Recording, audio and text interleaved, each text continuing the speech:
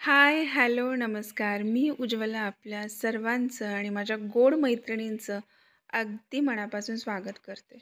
तर हे आहे माझं छोटंसं किचन आणि हे किचन ओटा माझा इतका घाण होतो रात्रीचा आणि रात्री काय होतं स्वयंपाक वगैरे केल्यानंतर ना असं म्हणजे म्हणतात ना चपातीचं पीठ असू दे, तेलकट असू दे, असे डाग पडलेले असतात, कचरा थोडासा झालेला असतो आणि त्याच्यामुळे ना सगळं अस्ताव्यस्त असं पडलेलं असतं.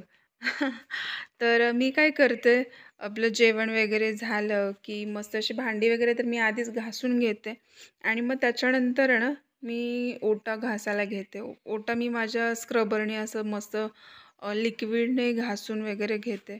तर शेगडी आणि ओटा मी असा स्क्रबरनी घासून घेते. त्याच्यामुळे काय होतं एकतर डाग वगैरे चिकट डाग वगैरे असतात ते पटकन निघून येतात आणि त्याच्यामुळे जे सुकलेले वगैरे डाग असतात ना ते पण त्याच्यामुळे निघतात. तर मला ते अशा पद्धतीनं घासून काढते मी आणि त्याच्यामुळे तो ओटा पण खूप छान निघतो आणि त्याच्यानंतर ना तुम्हाला सांगू का हे असं सुका कपडा घ्यायचा आणि सुक्या कपड्याने तुम्ही हे पुसायचं आहे. शेगडी असू दे, ओटा असू दे सुक्या कपड्याने पुसायचं आणि त्याच्यामुळे काय होतं, आपलं जी शेगडी आहे ना, तिला खूप शाईन छान येते आणि आपल्या ओट्याला पण शाईन मस्त येते.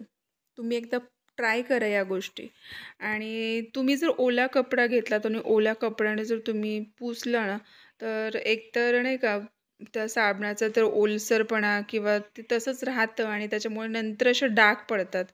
तर सुका कपडा घेतल्यामुळे काय होतं तुमचं क्लीन फास्ट होतं आणि व्यवस्थित निघला जातो आणि छान वाटतो एकदम मस्त शाईन येते. तर असं तुम्ही एकदा ट्राय करा. मी तर शक्यतो असंच करते आणि मी अशा पद्धतीने मला करायला तर खूप आवडतं आणि मी असं शेगडी अशी धुवून वगैरे स्वच्छ पुसून वगैरे घेते.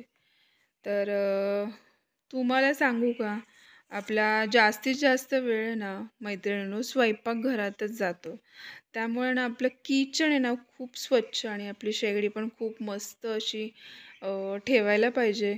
तुम्हाला माहीत नसेल तर मी सांगते आपलं ज्या आपण ज्या स्वयंपाकघरामध्ये आपण अग्नी लावतो, जी अग्नी आपण पेटवतो, ते नारायणाचं स्वरूप आहे आणि आपण अन्न जे खातो, अन्न जे आहे ते आपण म्हणतो ना ब्रह्मस्वरूप आहे, पूर्ण ब्रह्म आहे. तर ते त्याच्यामुळे ना देवाची पूजा जसं आपण करतो, त्याचप्रमाणे आपल्या शेगडीची पण पूजा करावी असं मला वाटतं. तर मी जशी आता संध्याकाळची देवपूजा वगैरे करते.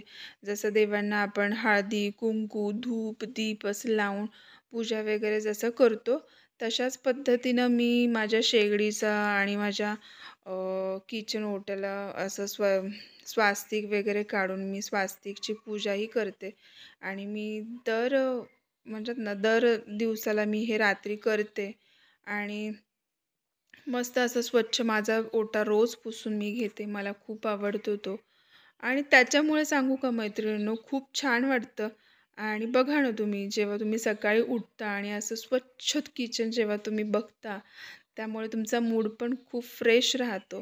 काहींचं मी बघते, जसं की ना रात्री स्वयंपाक वगैरे केलेला असतो, भांडी तशीच राहतात आणि मग ते सकाळी उठून ते सगळं भांडी वगैरे घासतात, तर ते मला नाही आवडत. मी रोज आपलं रात्री कितीही वाजू दे मला, तर मी माझं जे ठरलेलं असतं, ते किचन ओटा घासणे, पुसणे, त्याच्यानंतर माझ्या शेगडीची मी मस्त पूजा वगैरे करून घेते. जसं संध्याकाळची देवांची पूजा करते, तसंच मी माझ्या शेगडीचीही पूजा करते, कारण की तीही खूप थकलेली असते. म्हणून मला तर खूप आवडतं अशा पद्धतीने मला स्वयंपाक घराची व्यवस्थित टापटीपणा ठेवणं हा प्रकार मला पण खूप आवडतो आणि त्याच्यामुळे काय होतं आपलं म्हणतात ना एकदम घरामध्ये प्रसन्न वाटतं. तर हे मी काय केले उद्याच्यासाठी ना आपली तयारी करून ठेवली आहे. तर तो आहे पिवळ्या वाटाणा आणि त्याचं उद्याची मुलांच्या डब्यासाठी मी ही भाजी करून ठेवली. म्हणजे उद्या भाजी करणार आहे त्याची. तर मी त्याच्यासाठी अगोदरच तयारी वगैरे करून ठेवते अशा पद्धतीने. तर तुम्हाला सांगू का, हे असं केल्यानं खरंच मैत्रिणींनो तुम्हाला विश्वास नाही बसणार. पण जेव्हा आपण हे अशा पद्धतीने बघतो आणि आणि आपल्याला जो प्रसन्नता वाटते आणि त्या प्रसन्नतेने आपण जे स्वयंपाक करतो ना, तो पण मस्त होतो आणि मला असं वाटतं जर आपण प्रसन्न असेल तर आपला स्वयंपाक छान होतो आणि स्वयंपाक छान झाला तर आपल्या माणसांना तो खायला घातला तर त्यांनाही तो आनंद वाटतो आणि त्यांना पण तो खूप आवडतो. तर मी तर म्हणते आपल्या माणसांना वाढून जो आनंद होतो तेच बघून आपल्यालाही आनंद व्हायला पाहिजे आणि तो होतोच. तर मला असं वाटतं की तुम्ही अशा पद्धतीने रोज पूजा वगैरे करा आपल्या किचनची, आपल्या शेगडीची.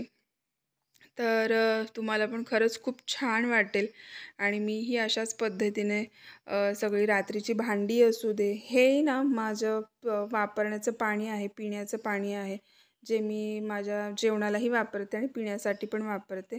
आमच्याकडे आठवड्यातनं 2दा येतं पाणी आणि इथे थोडंसं आहे ना नळाच्या इथे माझी फरशी फुटलेली आहे. तर हे बघा हे असं जरा काळपट दिसतंय. पण आता त्याला बघू काय करायचं.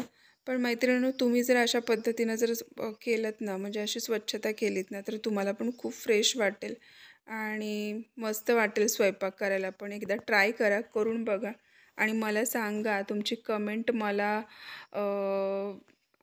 तुम्हाला कसं वाटलं ते करून मला सांगा.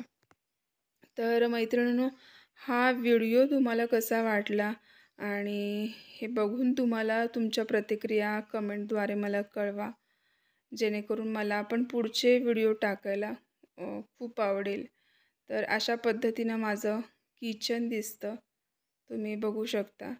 तर असा हा छोटासा व्हिडिओ होता. आवडला तर लाईक करा, सबस्क्राईब करा. धन्यवाद.